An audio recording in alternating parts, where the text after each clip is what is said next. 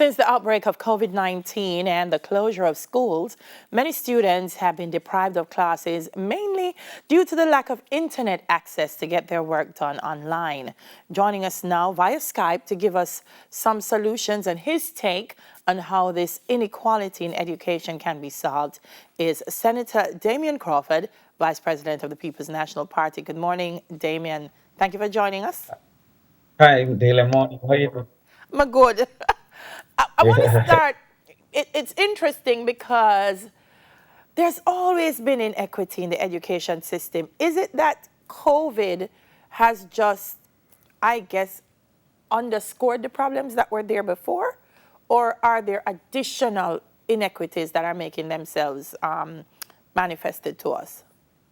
Well, I think it has exaggerated the problem. You see, each issue have both a direction and a distance. In mathematics, we call that a vector. So therefore, it can be that there's inequity, which is a negative direction, but the level of inequity can increase, which means that that negative goes a further distance. So what the current situation has created is a further distance in a negative circumstance, a negative situation. Let's talk about some of the inequities that we are seeing. One of them is access to online learning. Yes. Yeah. How badly is it, Damien? Because sometimes you hear people saying, oh, it's going fine. And then another time you hear that, listen, maybe close between 40 to 50% of the students don't have online access. How bad is it? Well, that's why you hear two stories because there's two different realities. So 55% of Jamaicans actually have internet in their homes, which means that 55% may say it's going fine. The other 45 don't have internet in their home. And so therefore they will say it's not going fine. But I believe there's also a more or difficult problem to solve, which is home assistance. Some parents are able to assist at home, and some parents are not able to assist at home. So after we get access, there's still the ability to have home assistance, which is necessary for homeschooling. So we have many of our parents who are incapable, some of whom, like some of us go to university and is finding difficulty with assisting with some of the work that the children are getting. But there are others that have ninth grade education, etc. And so what you're doing now is to pass on like an inherited disability Yeah. to pass on to the child the parent's inability to assist. And I believe that that again exaggerates the apartheid that exists in the education system. One of the things that concerned me was particularly if you have a home where there are more than one children, um, how does the parent You need navigate more computers. who goes online and how does the parent decide, can I do PEP today and tomorrow I'm going to do CSEC and I'm doing, so the parent is being asked to teach at primary, secondary and tertiary level all in Right. one day. So those Yes. were some of the challenges for me personally that I thought would make it a little bit harder.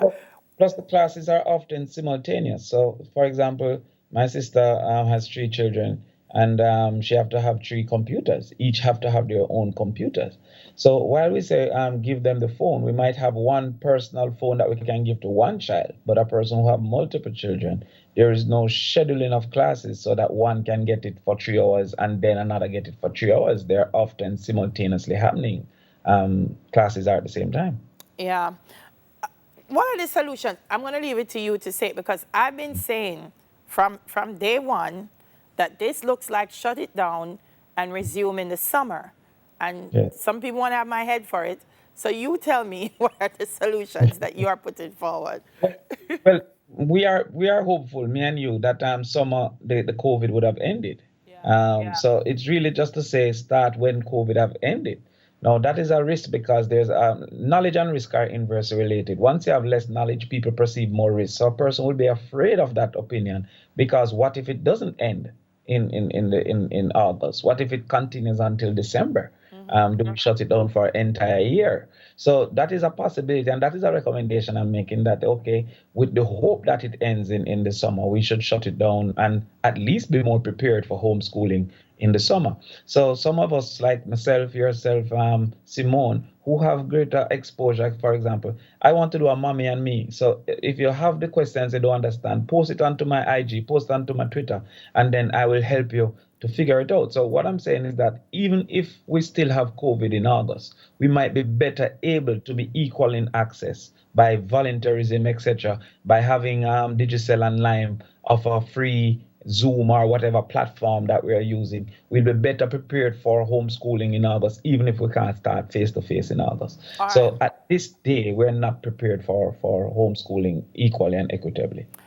Would one of the things, I mean, what you're suggesting, Damon, because I'm hearing you, you're saying shut it down, get everybody prepared. Would one of those things be even, I don't know, a course is a strong word, but kind of refreshers with parents themselves on how do I teach my child at home, or how do I help? Because teachers know testing and measurement and all kinds of other learning tools that parents don't. Yes. Should now be the time that we walk parents through the process of what do you do at home to assist Yes. your child. I think there should be a TED Talk kind of system for the different grade levels that a parent could tap into. But again, the mommy and me, I think a parent, I don't call it mommy and me, but the fathers are involved. A parent should be able to sit in a class. We need to have a system that both the parent and the child can sit into the class at the same time. So you have to structure the lesson for the parent to also understand, and then the parent could then be better able to implement. But what we have structured is a lesson that the child consumes, and then the parent is incapable to concretize or to answer questions. So when I'm lecturing, for example, or when I'm teaching in high school, there's a natural occurrence of questioning the lessons that the parent is incapable to satisfy during the homeschool that would have been satisfied directly by the teacher during the face-to-face lessons. Yeah. It may work, but then you might end up, we have to flesh it out, okay? It might end up with the parent after being 3 lessons, guys, 3 children. But Yes. I'm hearing what you're saying, that we have to sit If down just and, yeah. tape the sessions. If you tape the sessions that the teachers are putting, then the parent can actually then say, okay, you can watch the video of the session. So there will be an unfortunate reality that they don't get the immediate direct conversation, but at least there is an option for a video session. So I have math videos online that people still watch from 5 years ago. They don't get to directly ask, but if there's someone they're able to, and that's why I'm saying volunteerism from the society. While the government have duties, the nation must come together, I believe. And those who are better able, like myself then, volunteer to say, okay, you get a pep question for your child. If you post it on my Twitter, I can explain to you, and then you can explain to him. And if 50 of us do that, 500 of us do that, can you imagine what would happen? And then there's some of us who have extra phones. I have a smartphone that I changed from a S2 to a S7. If I have a S2, there should be a way that I can contribute it to a child. So in August, I think that there will be better methods, and the Jamaicans would come together better to make it more equitable. Yeah, we have to go, Damon, but my final thing to you is, if we don't fix it, if we don't address the inequities, what happens? Well, what happens is you start a domino effect, because let's say a pep child who don't get into their school of choice. I mean, Campion have a 92% chance of getting 5 subjects, while Holy Trinity might have a 4% chance of getting 5 subjects. So if you have a child who is being trained and a child who is not, then the people who are going to get into the schools of choice are the ones who have access, and the people who don't get into the schools of choice are the ones that don't. And 5 year time, they're the ones saying that they didn't get a legitimate chance of getting into schools that perform. Yeah, yeah. Thank you so much for speaking with us, Damion. It's a real concern. I understand a press conference is scheduled for today with the Ministry of Education, so we'll hear what they have to say going forward.